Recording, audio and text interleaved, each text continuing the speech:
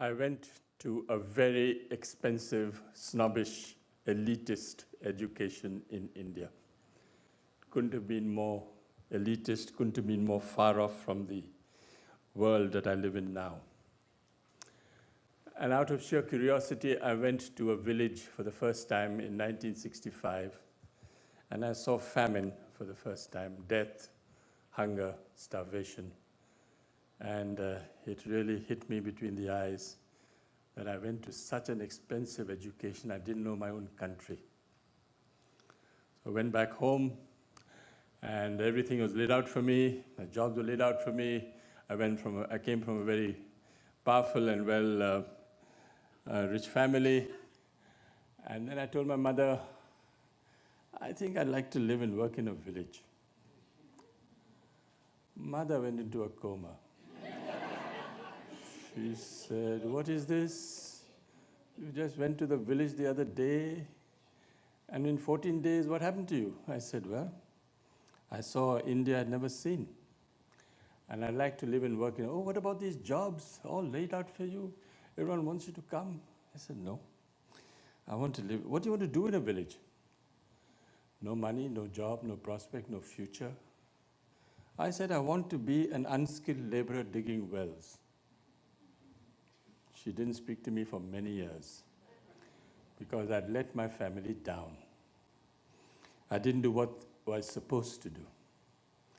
But then for 5 years, I dug wells as an ordinary unskilled laborer, and I was exposed to the most extraordinary knowledge and skills that very poor people have. Never come out in universities or college. You have to see that extraordinary knowledge and skills that they have.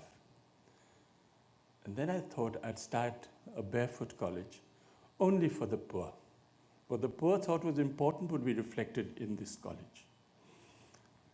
Went to this village for the first time.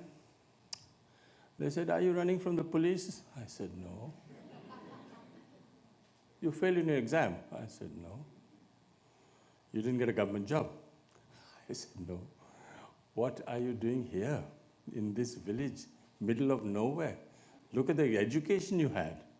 What are you doing? I said, I want to actually start a college for the poor and bring back the knowledge, skills, and wisdom that very poor people have into mainstream and show that that knowledge, skill, and wisdom is still applicable today. It is still relevant today. It can still be applied and respected today.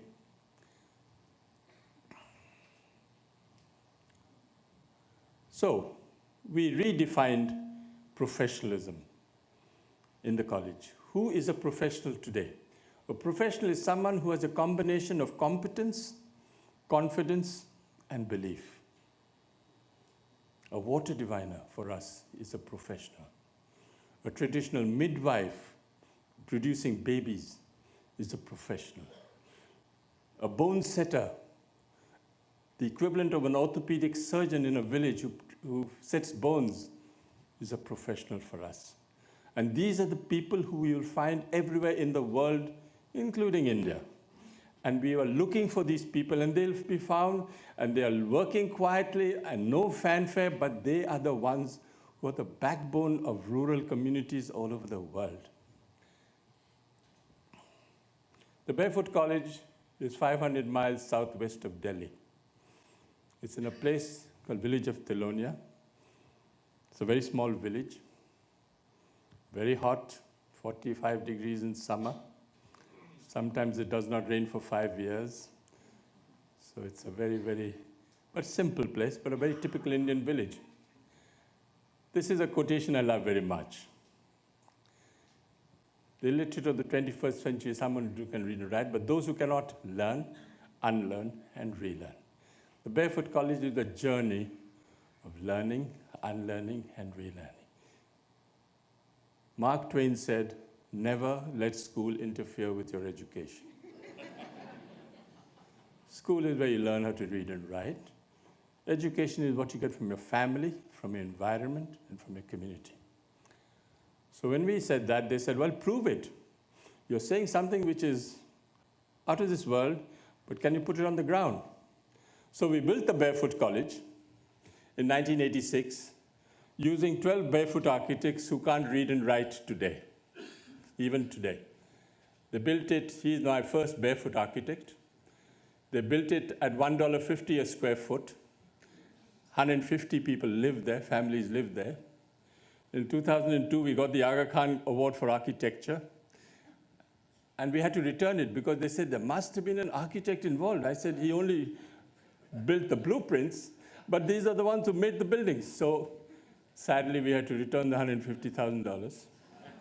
But the barefoot architects are there to stay. We went up, when it came to the roof, we went to this very high-powered forester who had lots of degrees next to his name. And I said, what can we grow here? I said, you can't grow anything here. Water, no water, it's hard rock below. Then I said, I'll have to go to the old man in the village. And I went to the old man in the village and said, what species will grow here? And this is what it looks like today. Never trust a forester.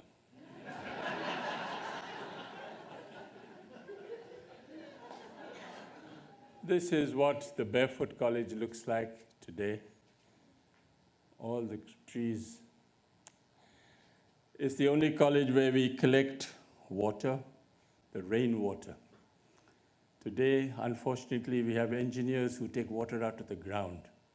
More water is coming out of the ground than what is going into the ground. If you ask a grandfather today anywhere in the world, what do you do for water?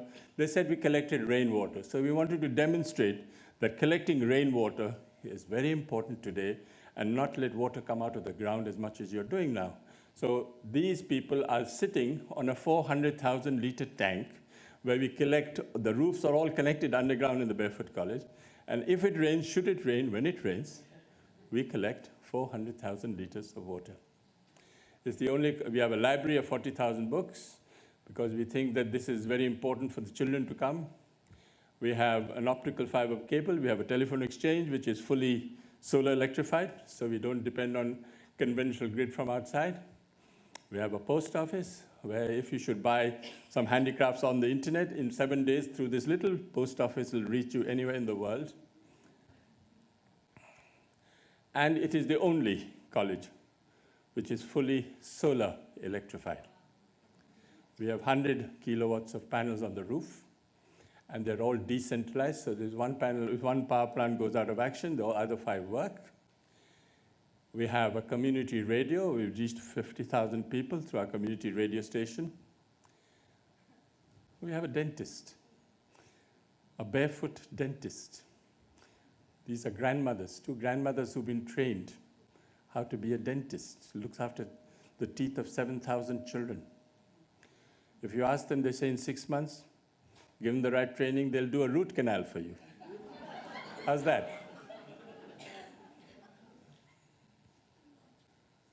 Acupuncture, we also believe in alternative health medicine.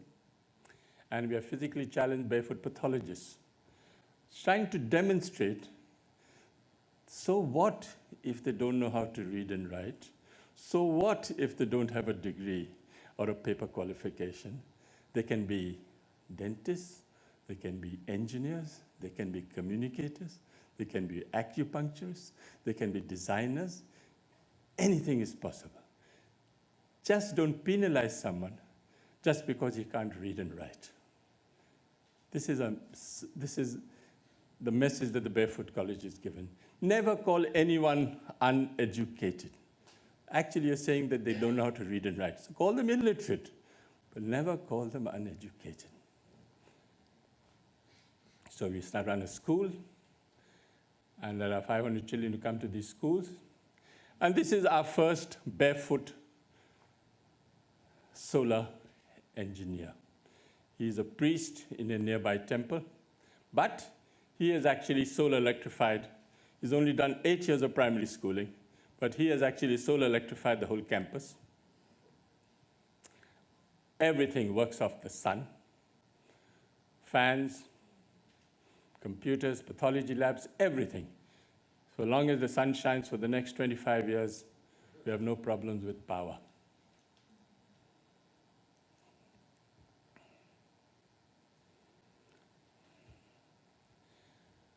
But we thought, instead of only keeping that technology and the barefoot solution to ourselves, we thought we would replicate and go outside.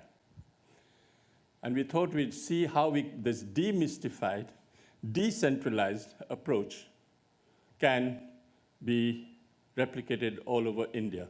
So we thought we would actually only train women. What is the most powerful way of communicating today? Is it telephone? Is it television? Is it telegraph? Is tell a woman.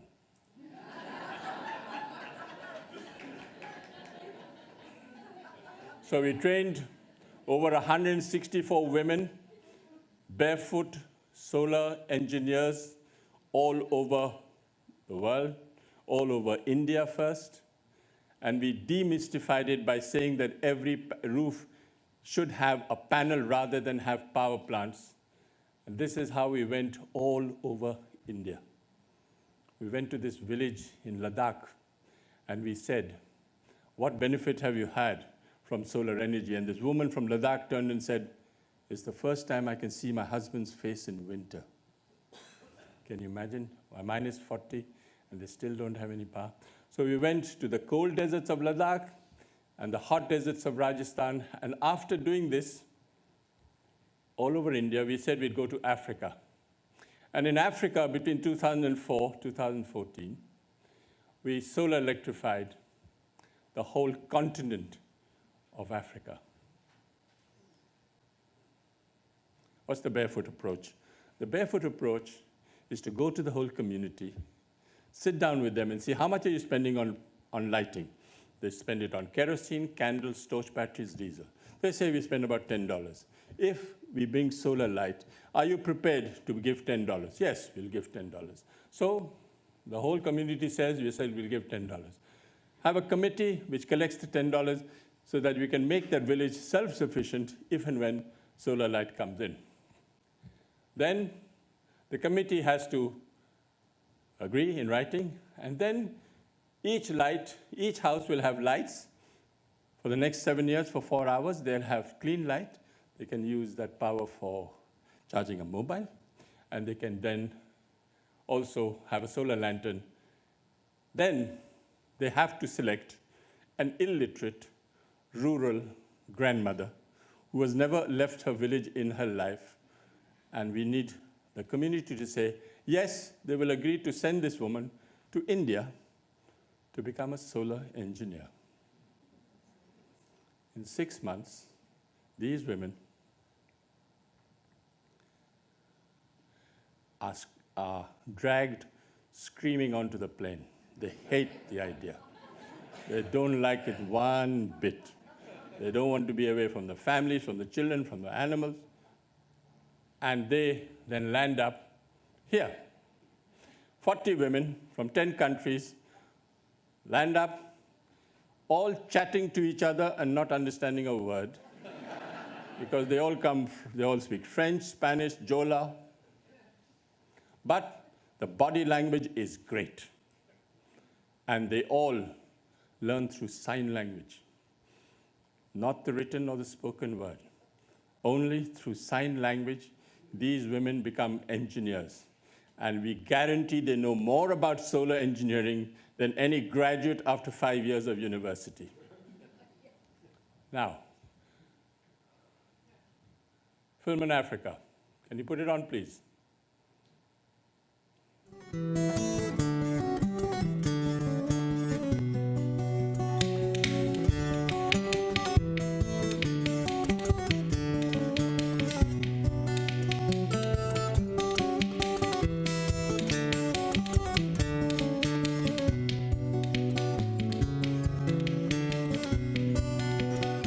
This is a true story about ordinary heroes.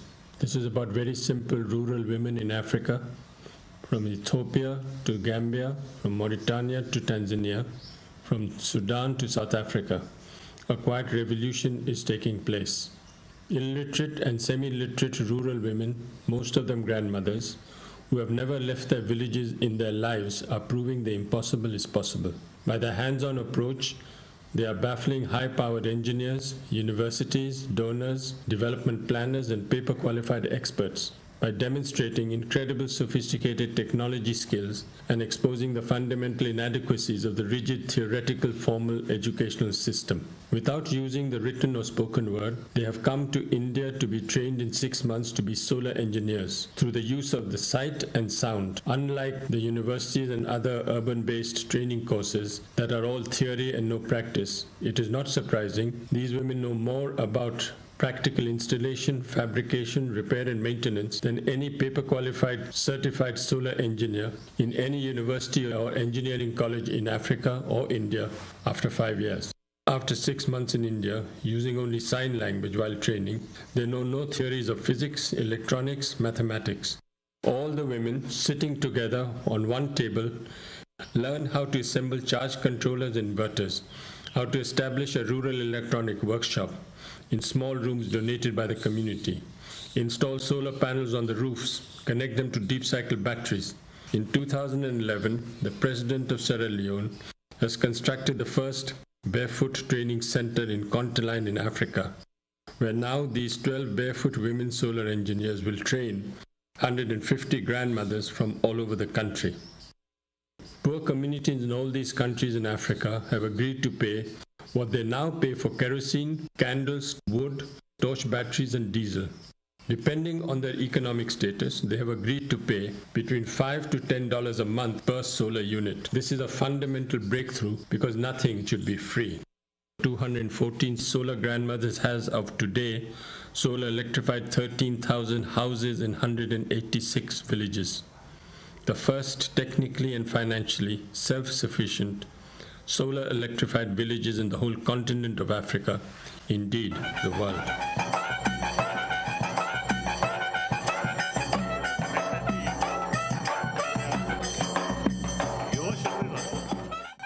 On a rare visit to the Barefoot College, when he also spent the night, His Holiness the Dalai Lama blessed the women solar engineers on the 13th of February 2011. That's secret. That's secret. So those illiterate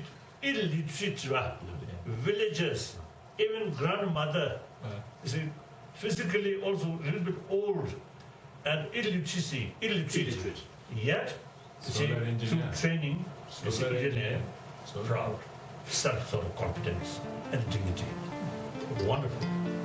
By 2013, by including Liberia, South Africa, Southern Sudan, Zimbabwe, Burundi, Zanzibar, almost all the countries in the continent of Africa will have been covered, saving 1.5 million liters of kerosene from polluting the environment and thousands of tons of wood from being cut, depleting the already fragile forest. The Indian government has approved the proposal to establish 5 barefoot training centers, solar electrify an additional 11,000 houses in 200 more villages spread over the whole continent of Africa. Speaking in Tinjamban, and there's a light of India. We're very happy tonight because it was very, very dark in Tinjamban before. There is no question. The barefoot approach is here to stay. What Mahatma Gandhi said comes to mind. First they ignore you, then they laugh at you, then they fight you, and then you win.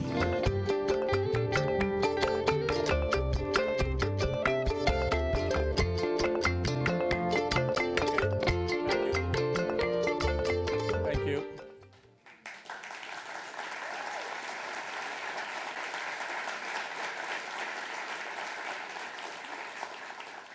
We've gone to the Pacific, 20 hot-shot grandmothers there. We've gone all over the world, 64 countries.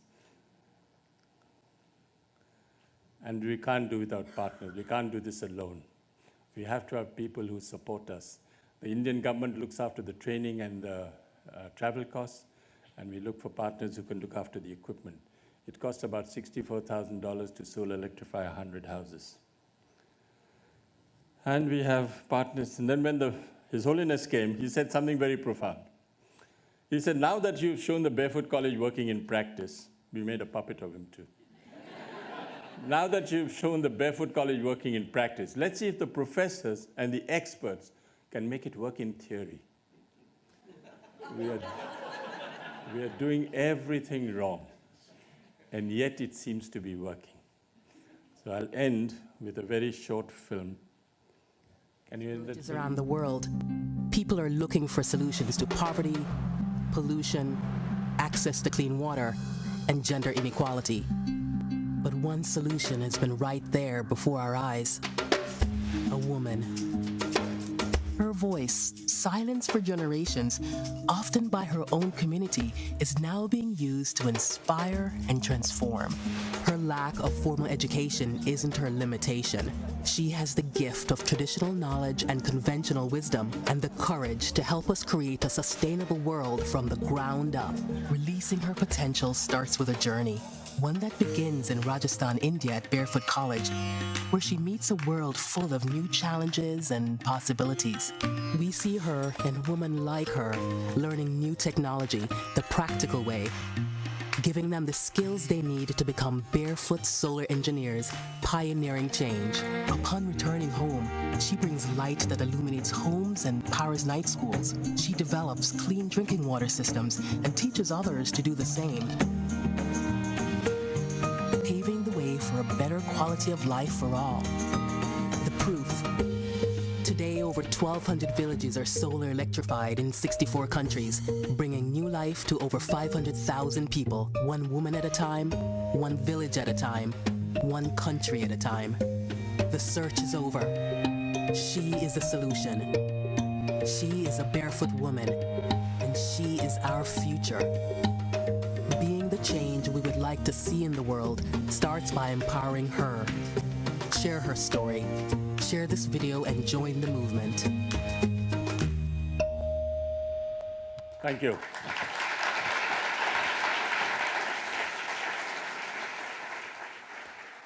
Thank you for your amazing...